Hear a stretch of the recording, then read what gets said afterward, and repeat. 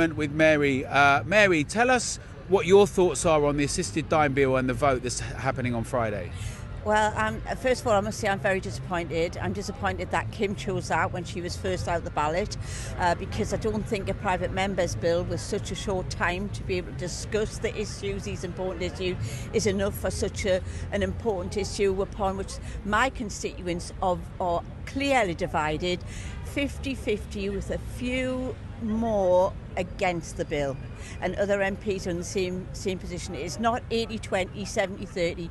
The majority of MPs got a 50-50 split, so it means our country is very divided on this, and talking to a private member still over 4 hours is no good.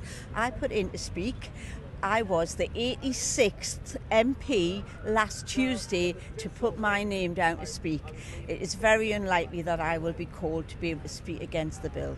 And this is the concern, isn't it? For something so monumental, we've had just under a month, 38 pages, there's all sorts of issues and implications.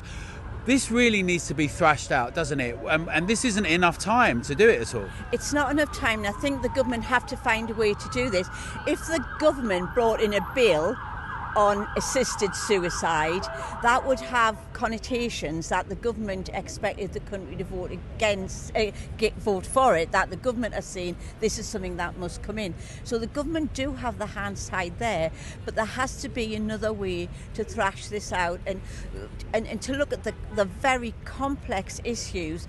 My constituents have wrote to me in droves, never contacted an MP before, with very compelling stories on both sides, and people who really feel that this is going to change our culture forever and are very worried about what the implications are should this bill become law. Well, that's the reason we've got Take Back Democracy placards here, because we're saying that actually the public should be debated with about this. We should have much more time. It's something that is very emotive. It's moral and ethical principles. People have very strong feelings about it both ways, as you say. But we need to consider what the implications are of passing legislation, of what that might look like, what the consequences are to everyone in Britain. And we're saying that we should say no for now and make sure we have a proper debate and discussion. How do you think this is going to happen? Well, for a start, I mean, I think where we should start is to listen to what the health minister said. Wes Streeton himself has indicated the problems this would cause. He's already got a big job to do trying to get the health service back on its feet after the last 14 years, and he himself has made it clear that it would be taking money from other services. He would have to set up something completely new. We haven't got palliative care right. We only fund hospitals for a third of their income that they need. The NHS can't even fund a hospice, so how can we fund assisted suicide? These are all really important questions. Thank you for coming to speak to us, Mary. Really appreciate it. Just how do you think this vote is going to go Friday? Well, it seems it's one way and the other. Sometimes I've seen people say it's going to go through. I've heard others say it won't go through.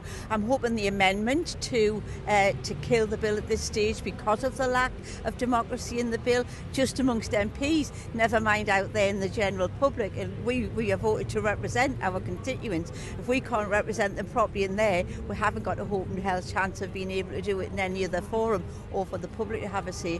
So I'm hoping that the margin is on the side against the bill. So we just, hope and pray and keep talking to people about it until Friday. I'm really pleased that you've come, particularly your Labour. You're recently is the government that's in power. You mentioned Wes Streeting. It's a free vote on Friday.